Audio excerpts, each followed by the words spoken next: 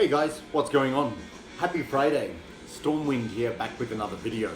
So, as the title of this video suggests, what I'm going to talk about is hard rock and heavy metal vinyl in this particular video. So, if you miss, this is volume 2, so if you missed the first volume, you can go back and check that out. I'll link it up in the description. That covered my records by AC/DC and Accept, so what we're doing is just continuing down the alphabet today, so hopefully you enjoy what you see. I'm actually going to talk about quite a few records because I have multiple records by particular artists and I want to give it some variety, so bear with me. I really will try not to waste your time and use the time economically, but as always, we'll see how it goes. So actually what I plan to do is talk about 9 records today. I know what you might be thinking, that's going to take me all night, but as I said, I'm really going to try and be economical with it, so we'll see how it goes. So the first few records I'm going to talk about are by the same artist or kind of related. So I'm in theme with the flag and the t-shirt, that's a hint. The first album I'm going to talk about today, this is Frehley. So I'm just going to take this out of the cover.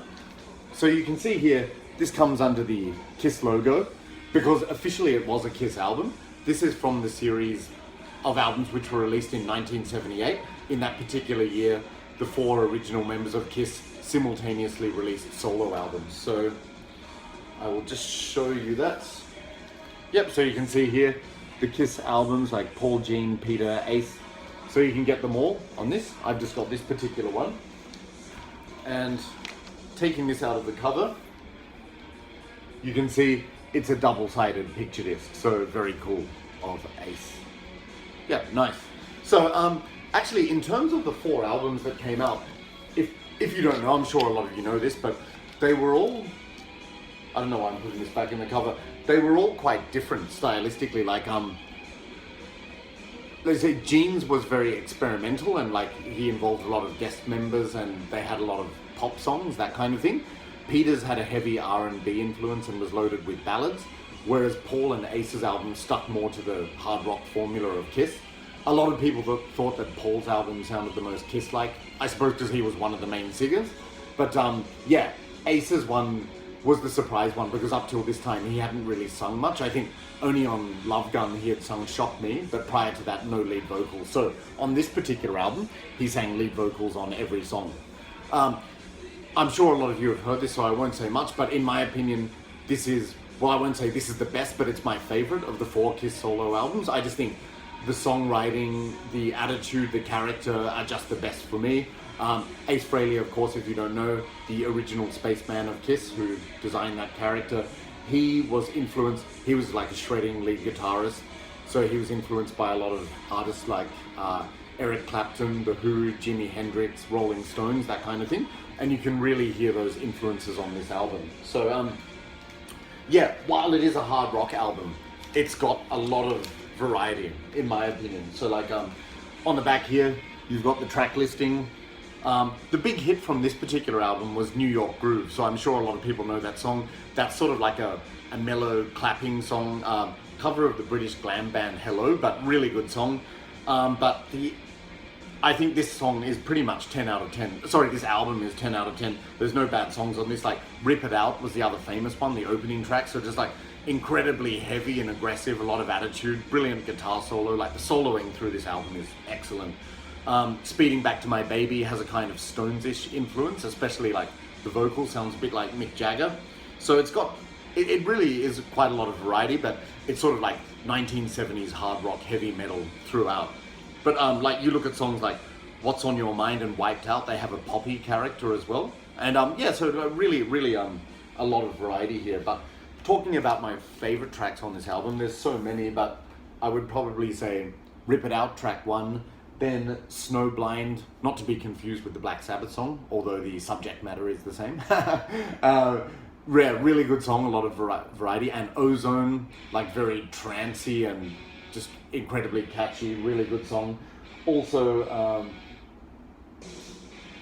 What's on Your Mind, that's kind of a poppy song, but like very catchy, you can't help singing along to that song. And also my favorite track actually is Fractured Mirror, the closing track, which is this very atmospheric instrumental track, like, but just dripping with 70s flavor. Like, guys, this album, it's very inspired by like 60s hard rock, like Jimi Hendrix, that kind of thing, but like some really metallic guitar solos, but it's just got such a 1970s character, and Ace's voice is just brilliant. It just shows that, you know, until that time he was the shy one in the band to sing, but like then he really like bloomed to fruition on this album. It's just great, and a lot of people regard this one as the best, and it was the highest selling actually. So he went from being sort of like the black sheep to the star with this series. But like really, really good album. Like 9 tracks, none are bad. I've just named my favorites there. So Snowblind, Ozone, Rip It Out, Fractured Mirror, but also What's on Your Mind. But you know, honestly, they're all really good. So check it out. By the way, in terms of the other albums, I think they're really good. Like all worth checking out. I really like Peter's one, the drummer, because it's very different, even though it's R&B and ballads and stuff. But like just, it really stands out. I love that. Paul's is great. The only one I'm not so keen on so much is Jeans, because it's a bit poppy and like a cast of thousands. However, like some of the good songs on his album are really good, like Radioactive and stuff.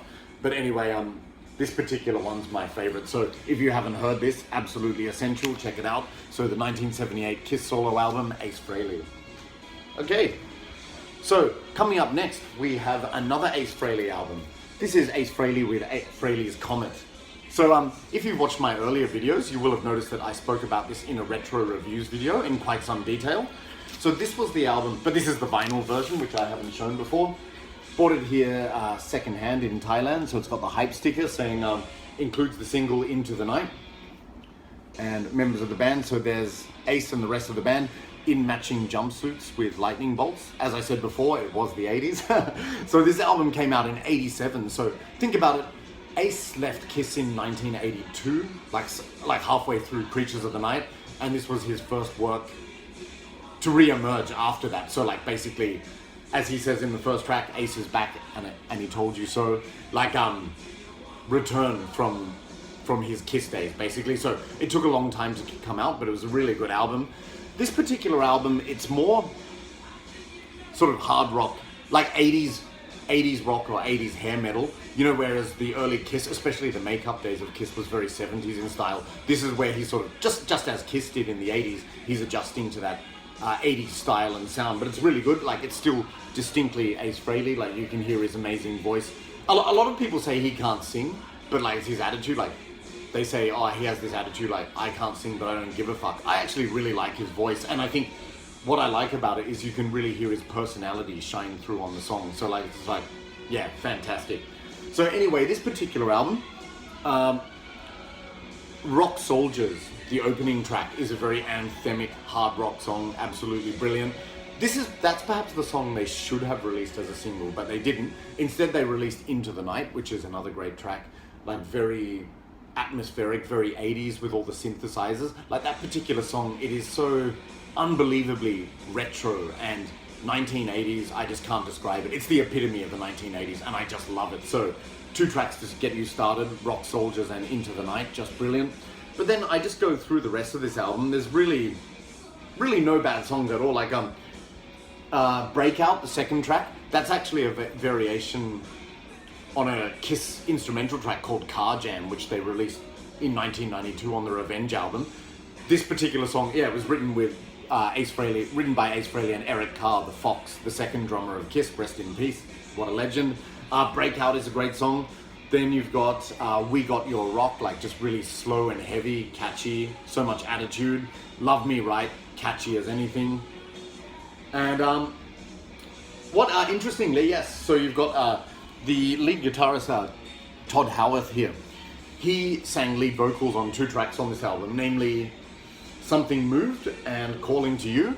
And you will have heard if you watched my Metal Tag video, I said I wasn't so keen on his stuff on another album, but on this particular album, his songs just rock. Like Something Moved is kind of eerie track, and then you've got Calling to You, which when I first heard it back in the day, like when I was much younger, I thought it was kind of a filler track, but then I thought, why is it that whenever I play that song, I'm just singing my heart out? Answer is because it's a brilliant song. So Todd's songs are great. As I mentioned before, Todd has more of a typical 80s hair metal voice, but it's a nice variety. Sort of like Kiss had 2 main vocalists, Paul and Gene, so this band has the same, Ace and Todd, which is cool. What else?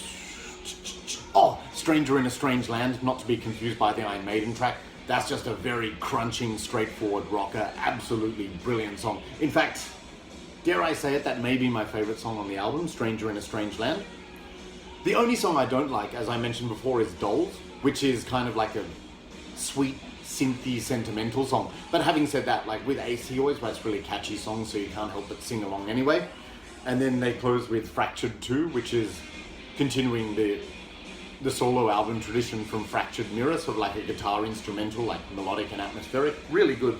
So I think this album was kind of big in America in the late 80s, but I still think it's criminally underrated, so you should definitely check it out. Just show you the inner sleeve. I bought this copy in Thailand, so it's a bit like, this is a second-hand one at the market, but like original sleeve with lyrics.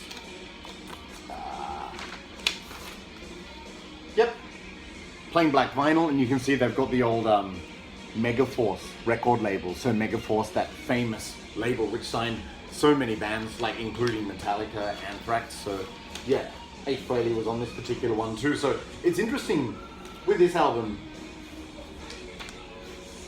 You say, what's the name of the band? It's unclear. Like on this particular album, they say it's Ace Frehley and the album's called Frehley's Comet. But as we will see, they actually, it wasn't really a solo act, like maybe to begin with as a marketing sense, but then the band changed their name to Frehley's Comet. So that's what's coming next. But anyway, if you like hair metal, 80s hard rock, definitely, or just like hard rock in general, definitely check this out. I think it's an underrated gem, brilliant, like 9 out of 10 at least, like amazing album. So that's Ace Frehley with Frehley's Comet, 1987. All right, so as I mentioned, Ace Frehley, the Ace Frehley band, changed its name officially to Frehley's Comet. So this next album, this is from 1988. This is Frehley's Comet with Second Sighting. And it's interesting, with this album, I never knew about it. I always thought it was Frehley's Comet followed by Trouble Walkin', but this one is from 1988. And yeah, it was sort of like the hidden one to me, like Second Sighting, second album, appropriate. But I picked this up at Fortune Plaza in Bangkok. Like I just saw this really good condition, like the Frehley's Comet one's beaten up. This one I got second hand, but it came out really nicely, like almost good as new, sleeve and everything, really good. And it was exciting for me to discover some new Ace Frehley material. Now, if you watch my Metal Tag video, you'll remember that I said I felt that this album was perhaps a little bit mediocre in comparison to the other albums. That's true, and that's not me being like some smug fucking armchair critic, but I'm just saying the album before this and the one after I liked a lot better, but you know, that's taste. Having said that though, there's some really good songs on this, like the opening track, Insane. If you haven't heard that song, check it out. Just so incredibly catchy, like sing-along chorus, like Ace writes these infectious chorus. Brilliant, absolutely brilliant. Then track 2, that's the sung by Todd Howarth, the lead guitarist, Time Ain't Running Out. So in the Metal Tag video I said he was sort of like, he had some weak songs on this album, but that song, Time Ain't Running Out, it is just like the epitome of the 80s. It just captures that atmosphere so well, and I really love it, like absolutely amazing. On side 1, also Loser in a Fight. That particular track's got this chugging heavy riff and classic Ace vocals. And that song, Loser in a Fight, it reminds me a little bit of Wasp. So, you know, Wasp was quite a heavy band. So this band, they still, you know, shred. They chug into heavy territory, which is good. Now, the only problem I would say with this album is compared to the other albums, I felt a lot of songs were filler. Like, there's a couple of songs I just don't like. For example, It's Over Now, which is a Todd song. That's just like a depressing power ballad. I'm not really a ballads guy. Also, Fallen Angel. It's very 80s, but in a depressingly 80s, if that makes sense. You know, like some of those hair metal power ballads can be a bit depressive. Yeah, that's what I felt. And then there's a few kind of filler songs as well, like Separate, New Kind of Lover. Yeah, The Acorn is Spinning. On that song, it's got some brilliant guitar playing, but I think the vocals and the commentary kind of ruin it. Like, it makes it a bit cheesy, but if they had made that an instrumental song, it would have been great. But is this album a waste of time? Absolutely not. Like, I would say for those 3 tracks I mentioned, Insane, Time Ain't Running Out, Loser in a Fight, definitely check those tracks out. They're just awesome, like solid tracks. Also, Juvenile Delinquent is not bad either. So like, do I dislike this album? No, but it's just not as good in my opinion as the others. But, you know, bands can't always be brilliant.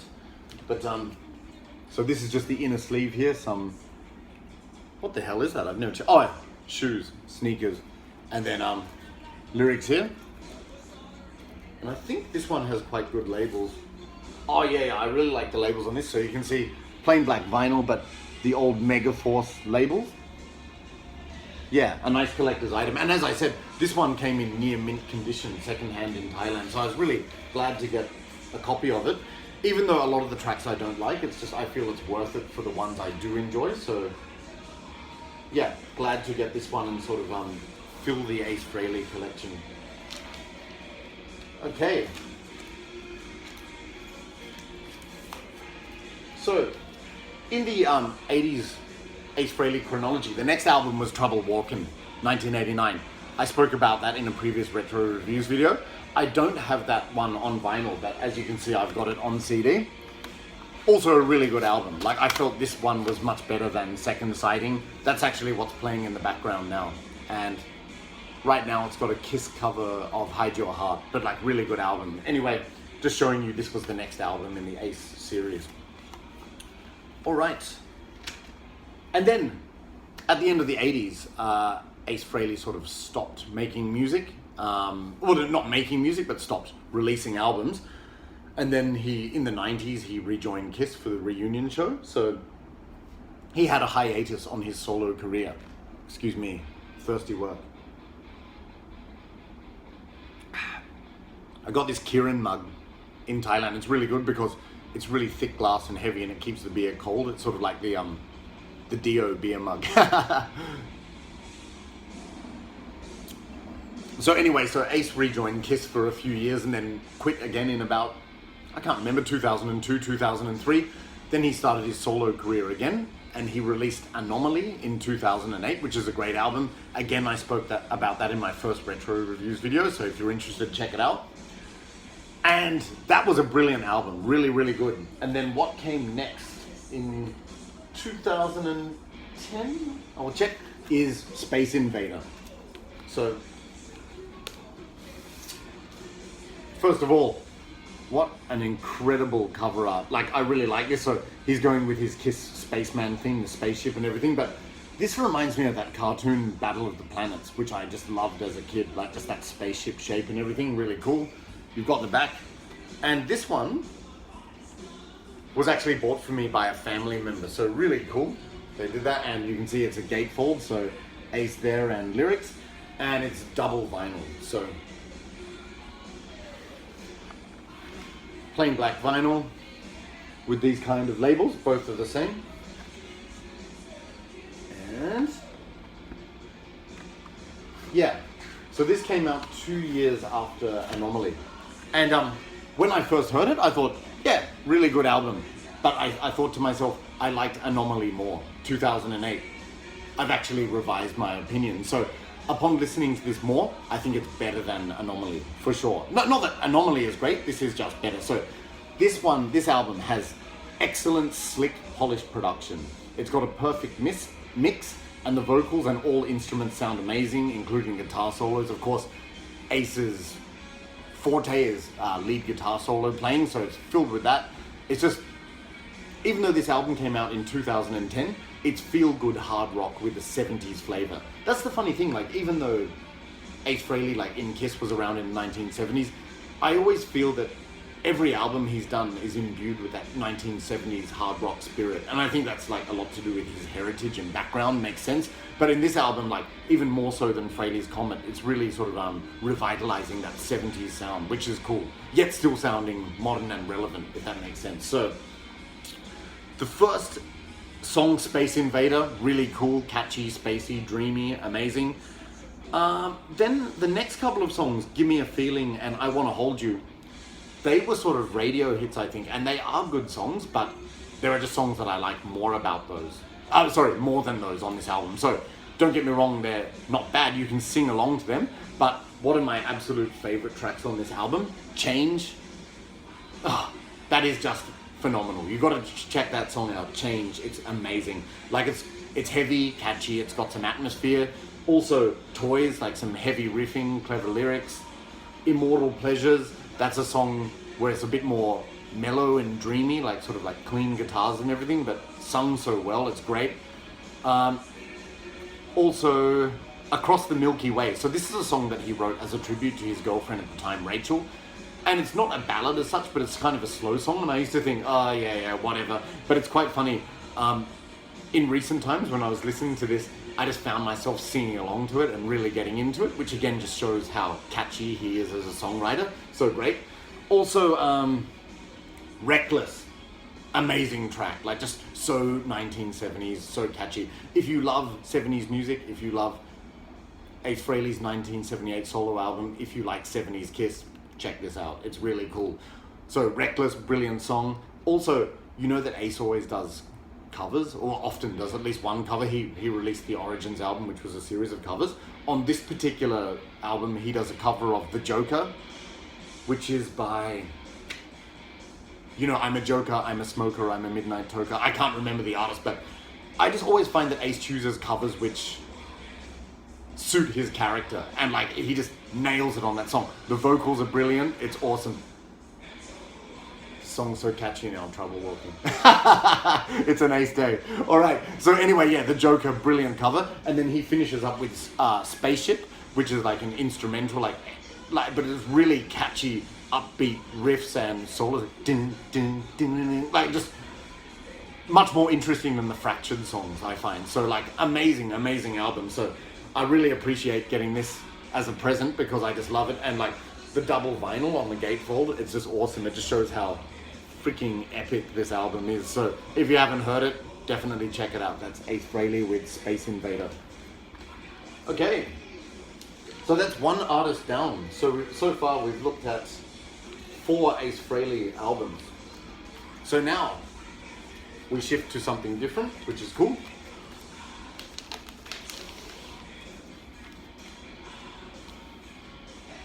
Okay, just another sip. Here's to you. All right. So changing gears, we've had some 70s hard rock, some 80s hair metal. What's coming next? Over to some awesome speed metal. This is Agent Steel with Unstoppable Force. Alright, so if you've never heard of Agent Steel, they are a speed metal band. Speed metal, heavy metal band with kind of thrashy elements from the US. They were around, started in the 1980s. I believe they're still around. Like in the early 2000s, they were still releasing albums. But it's quite funny, I discovered this album by accident. When I was on a holiday in Norway, I met some metalheads. Like, this was in 2000. And they played me that song, Agents of Steel, from Skeptic's Apocalypse. And I thought, this is fucking kick-ass. So I bought that album. When I was in Europe, actually, like in the Netherlands, lost that second-hand copy, then ordered another one, lost that copy. I don't know what happened. But anyway, really discovered the magic of this band. Like, if you like speed metal, heavy metal, like stuff like Metallica, Megadeth, but it's not thrash metal, it's more speed metal, but it's like fast, blistering, no holds barred, energetic, just off the hook. It's amazing stuff. And like the vocals are really soaring and high pitched. I'll get into that in a moment. So yeah, the lead vocals I always find with this band were really distinct. The lead vocalist of this band was a guy called John Cyrus, like a guy with like little curly black mullet, who was, I don't think that was his real name, because I think he was originally Brazilian, but amazing voices, like soaring, screeching, like what, like so high, like, you know, that kind of music, a bit like Judas Priest, where it's just like so high powered, and then you have these soaring vocals over the top. It's awesome, and he really hits the high notes well. So John Cyrus, brilliant vocalist, but the musicians, everything about this band is great. Like the songs are fast, energetic, razor sharp, the riffs are awesome, the solos are awesome, you can't help singing along. Fucking love this album. So favorite tracks on this would be Unstoppable Force, the title track, like immediately into the speed and aggression, and then Never Surrender, probably my favorite song on the album. Like the vocals, like when he does the variation on the melodies, like it's so impassioned, it gets you going. Like I just love that. Like that line where he says, "Don't give in, never surrender." I'm not going to sing it, thankfully for you, but definitely check that out. Also, the grammatically incorrect title of Indestructive, very fast. I think that was probably deliberate, but like really fast, aggressive, razor sharp song, amazing. And then the song Chosen to Stay, this is where they slow down a bit. The intro, which features clean guitars and some soaring vocals, is a bit reminiscent of Queensryche. So if you like those albums like Operation Mindcrime by Queensryche and that kind of thing, like I really like Queensryche. I was a bit late to the game with them, but songs like Queen of the Reich and stuff, The Lady Wore Black, like you will like that song Chosen to Stay, which is great. Another favorite track I have is Rager, which has got a bit of a gallop and a kind of Manowar vibe, but with a speed metal delivery, if that makes sense. So like, of course, Manowar is a very heavy metal band, so yeah, nothing to complain about there. So 1, 2, 3, 5. So 9 tracks. I've mentioned about 5 or 6 there, but seriously, no bad songs. I was just mentioning the highlights. So yeah, really, really good album and underrated band. So on the inner sleeve, you've just got lyrics and pictures. There's John Cyrus. Oh yeah, and one thing I found funny, in the thanks list they say, what do they say? Something.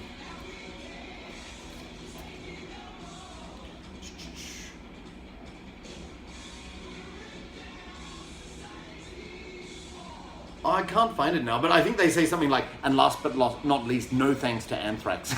So I don't know what that's about, if there was some feud or, you know, some issue they had, but I thought that was quite funny. But anyway, really, really good album of like blistering, fast 80s speed metal. If you're a fan of traditional heavy metal in general, you will love this. And so this is Agent Steel with Unstoppable Force. Did I show the vinyl? I don't think so, because I'm forgetful, but I will see, look, pretty cool. Plain black vinyl with Combat Records labels with the army camouflage, very nice. Yeah, so if you're a fan of speed metal, 80s heavy metal, definitely check this out, this band in general. And as I said, the other album, which I think is a classic even more than this, is Skeptic's Apocalypse. Like songs like Children of the Sun and Bleed for the Gods, just brilliant, amazing, amazing. So anyway, check this band out, check this album out. This is Agent Steel with Unstoppable Force. Okay, now shifting gears once again to another genre. Just have a sip first. All right, so it's always good, variety is the spice of life. Up next, we have Alice in Chains with Dirt. So you see here, I bought this particular copy in Amsterdam. It's still got the 19 euros sticker on it. I saw this here when I was traveling there a couple of years ago, brand new, and I thought I've got to get it because I just love this album. So in a retro reviews video before, you'll know I've spoken about this, the one about Alice is the word of the day, where I talked about Alice Cooper and Alice in Chains. Yeah, this band needs no introduction. I don't need to say too much. Like, legendary band which sort of reached its prime in the early 90s. A lot of people labeled them as grunge. I know grunge is a term invented by journalists as a convenient pigeonhole, but yeah, basically it was like but they were kind of interesting because there's similarities with bands like Nirvana, but at the same time they were a band that was a bit too heavy metal to be grunge, yet too grunge to be heavy metal, and it has a very bluesy, atmospheric influence. So I really think this band is truly unique. I'm not gonna, and there goes the vinyl. So I'm not gonna give a really detailed description about this. I'm sure most of you know it, but yeah, like just excellent album, really good, takes me back to high school days and I still love it. It's just a timeless album, like so good, so full of emotion, so full of atmosphere, so heavy. It's many things to me, and I just always enjoy listening to it. It also reminds me of traveling a lot, like in Thailand when I've been on the road, like traveling in the van, like and just seeing the nature and scenery. I listen to Alice in Chains, you know, when I'm traveling, and it just really suits that kind of atmosphere. It's great. So I won't describe the songs, just go and listen to this album. But some of my favorite songs on this, Them Bones, especially like, you know, with the twin vocal harmonies, just amazing. Damn That River has got a massive heavy riff, which is great, a bit heavy metal-esque. Rain When I Die is so atmospheric. Also Junkhead, that's just got this like really epic feel, like you can sing along to those words, and there's so much emotion in that song, it's great. Angry Chair, another atmospheric song, sing-along chorus. And Wood, the atmospheric closer, just brilliant. One thing that's weird is on this final version, they stick Down in a Hole, you know, the famous single, on the first side. I don't know why they did that. I think it was to make sure that the tracks aligned properly, some shit like that. But anyway, Down in a Hole was a song that at first I didn't really like it, but it's grown on me big time. Like heavy, monumental, epic, it's great. What are my two absolute favorite songs on this album? The title track, Dirt, like just so atmospheric and melancholic and bleak and sludgy and heavy.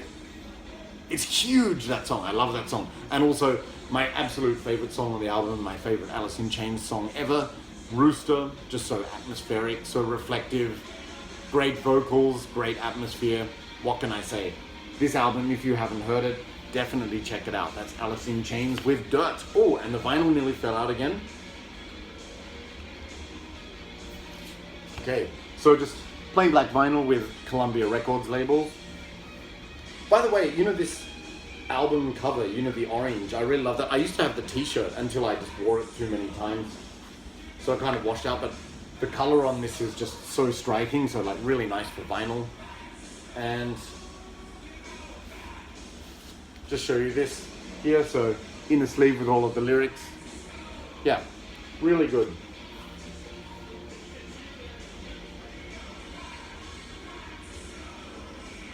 Yeah. There we go. So that's Alice in Chains with Dirt. Okay. Alright, so coming up next, we're not going too badly for time, so I'm glad I haven't rambled on too much, so I say. Alright, now the next three albums are by one particular band, and this one I find really interesting. This is a band I never knew anything about until a couple of years ago. I'd seen them on metal documentaries, but I'll just cut a long story short. A few years ago I discovered the channel by a guy called the Rageaholic. Well, that's the name of the channel, otherwise known as Razor Fist. And he's I think maybe a comedian or something, like really sharp-witted guy, very funny. And he made these episodes, like mini metal documentaries called Metal Mythos. So like, I started watching it because he did mini documentaries about bands I really like Dark Throne and Gorgoroth. But he has all kinds of stuff like that I also like Iron Maiden, Accept, Saxon, Ramones. It's got Queen, it's got, you know, everything, like really good variety. And then one particular band he talked about in this mini documentary was ALCATRAZZ. So that's the band I'm talking about now. So this album here, this is ALCATRAZZ with No Parole from Rock and Roll. So, as I said, Razor Fist channel introduced me to this band. The documentary just reeled me in. I saw interviews with the band, I heard samples of the songs and everything, and I just thought, this band is, like, that triggered my interest, and I went ahead and listened to the albums, and like, very quickly I snapped up their three albums, like bang, bang, bang. I'm just gonna buy all of them because they're fucking awesome. So, I'll link up Razor Fist's documentary, and this is probably, he's a lot more witty and articulate than I am, but and funny as well. Like, so you've got to watch this mini documentary. But I'll just give you my take on the albums. So this particular album, just to give you some background, this was a group formed by Graham Bonnet, who was the second vocalist of Rainbow. So Ronnie James Dio was in Rainbow as the lead vocalist. He left because Ritchie Blackmore wanted him to write love songs, and Dio said, no, fuck that, and decided to leave. So then they looked for another singer, who was Graham Bonnet, the vocalist of this band, who was a guy, has an amazingly powerful voice, looked a bit like James Dean with the slicked hair and everything, like, you will see photos of him, but he has an incredible voice, an incredibly powerful voice. And this band was made up of, okay, so Graham Bonnet on lead vocals, and then the basic core also included Gary Shea on bass and Jimmy Waldo on keyboards. So they were the three main guys in it. Drummer was, the drummer, Jan Uvena. Yeah, actually he was in it for a long time as well. But anyway, they recruited a lead guitarist who was none other than Yngwie Malmsteen. So it was somewhat of a supergroup with Graham Bonnet on lead vocals and Yngwie Malmsteen, and that was the result, this album, No Parole from Rock and Roll. So you see there's Graham Bonnet, there's Yngwie, when he was only very young, like 21, I think. But how can I describe this music? Like, ALCATRAZZ is heavy metal, but it's like no other heavy metal I've heard. When I hear their music, it reminds me of like a scene out of Miami Vice or Scarface, something like that. Those movies, you know, where it's like on the beach in the 1980s, like palm trees, sun and everything. And is that a bad thing? No, because I love those movies and I love that atmosphere, so it's great. But anyway, you really have to check this band out and hear what they're like to properly understand their sound. But this particular album, I'd say it's very fast and upbeat synth-based rock music, featuring brilliant virtuoso guitar playing and powerhouse vocals. The bass and the keyboards are prominent instruments too, with some brilliant guitar playing and soloing over the top. Like these, Yngwie Malmsteen, everyone knows him. Like some of his solos just blistering and shredding. But the keyboards play a big role in this band to create that retro 80s atmosphere. It is phenomenal. Really, really good. Okay, so what are my favorite tracks on this album? General Hospital, that's got some catchy vocal melodies. My absolute favorite track on the album, some of you might know it, Hiroshima Mon Amour. Go and listen to that song if you haven't heard it. Fucking blows the roof off. Amazing song. So, awesome riff and vocal melodies, incredibly catchy, and a very sing-along. Very sing-along. Like, I sing my heart out when I listen to that song.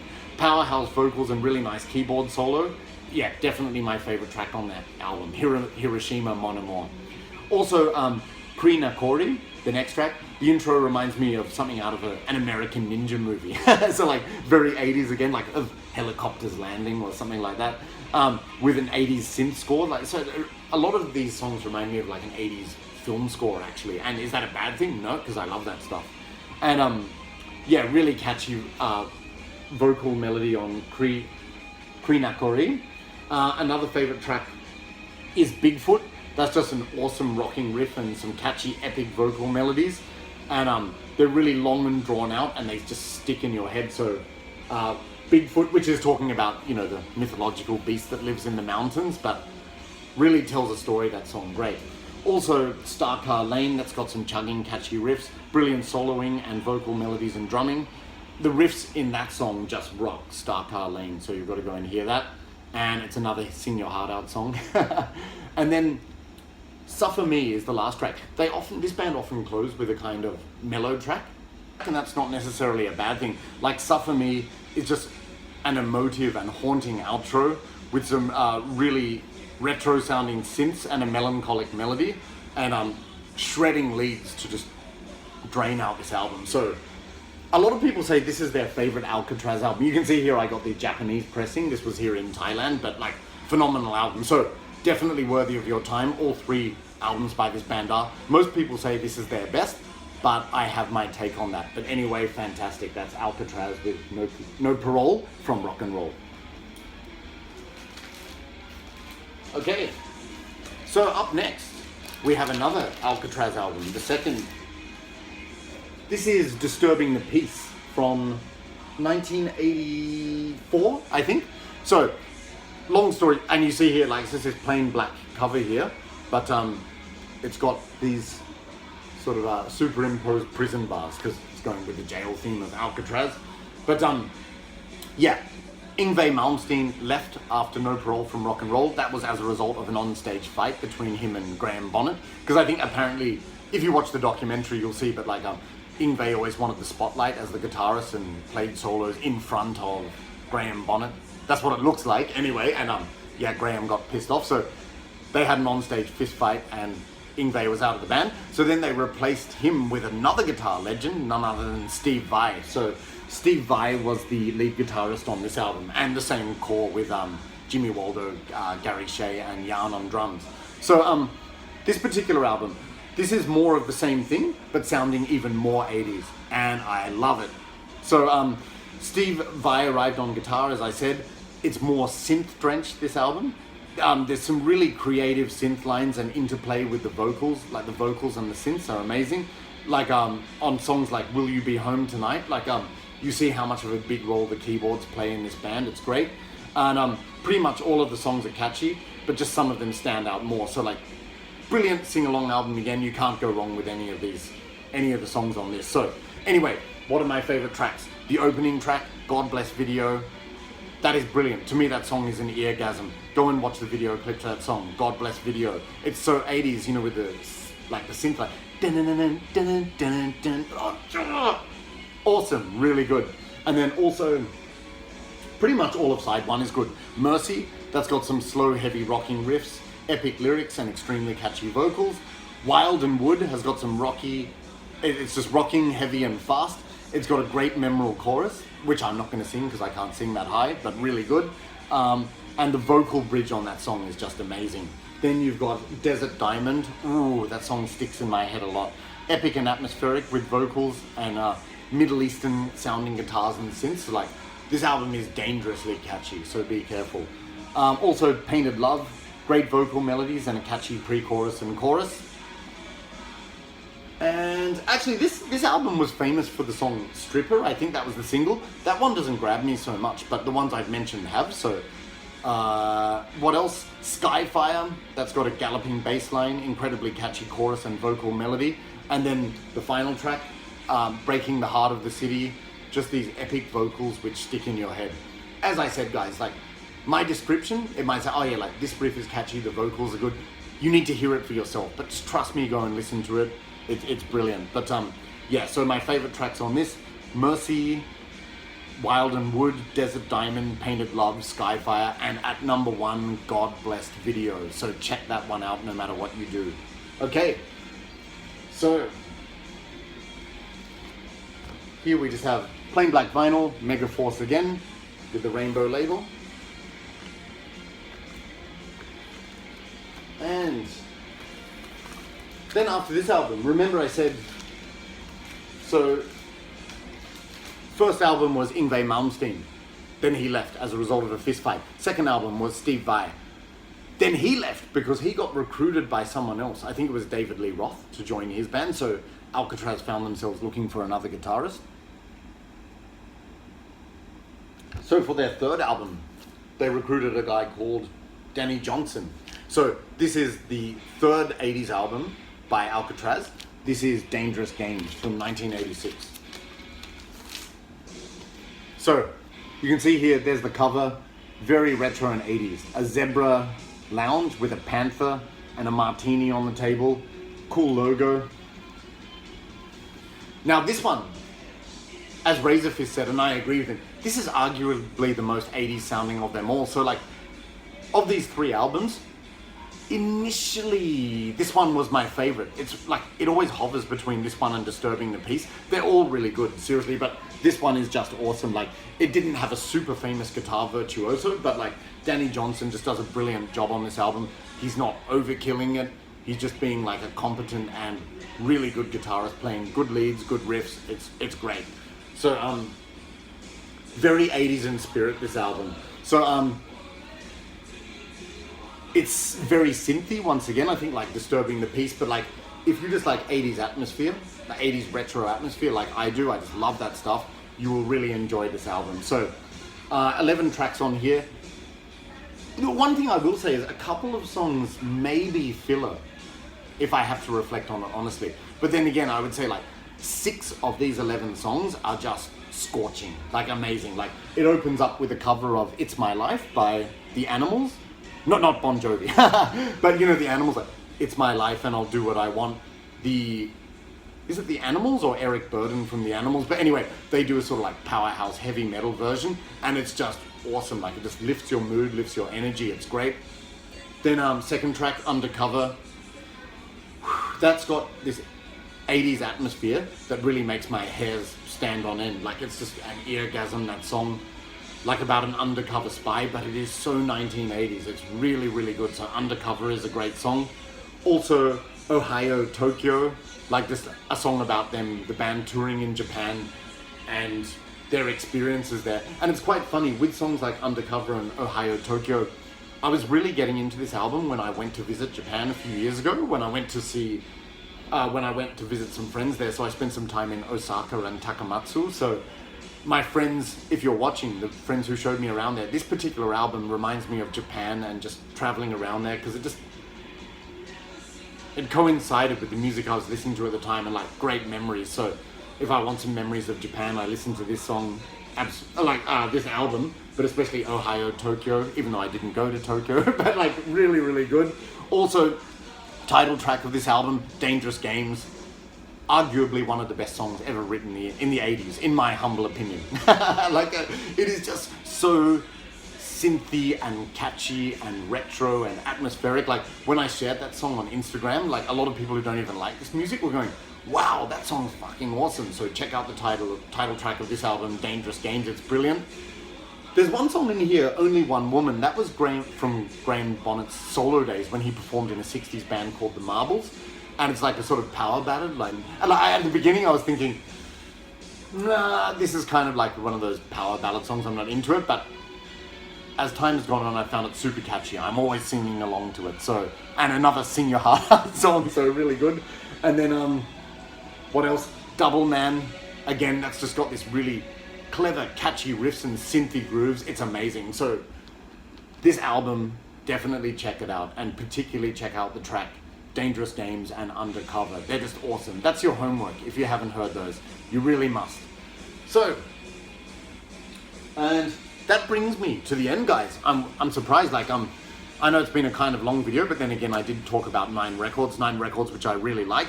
But as I said, I became an ALCATRAZZ fan really quickly, and I just love that band. By the way, they released an album after a 35-year hiatus just last year, which it's coming soon in mail order. Looking forward to that, called Born Innocent.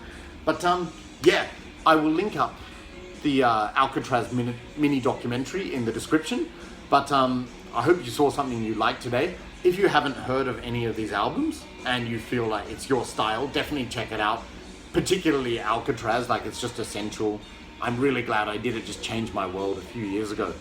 So anyway, that's it, guys. That concludes Hard Rock Heavy Metal Volume 2. Hope you enjoyed it.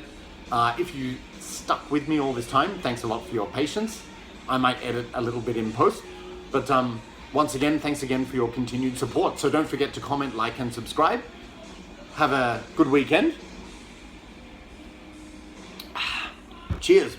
And I'll see you in the next video. Take care. Bye.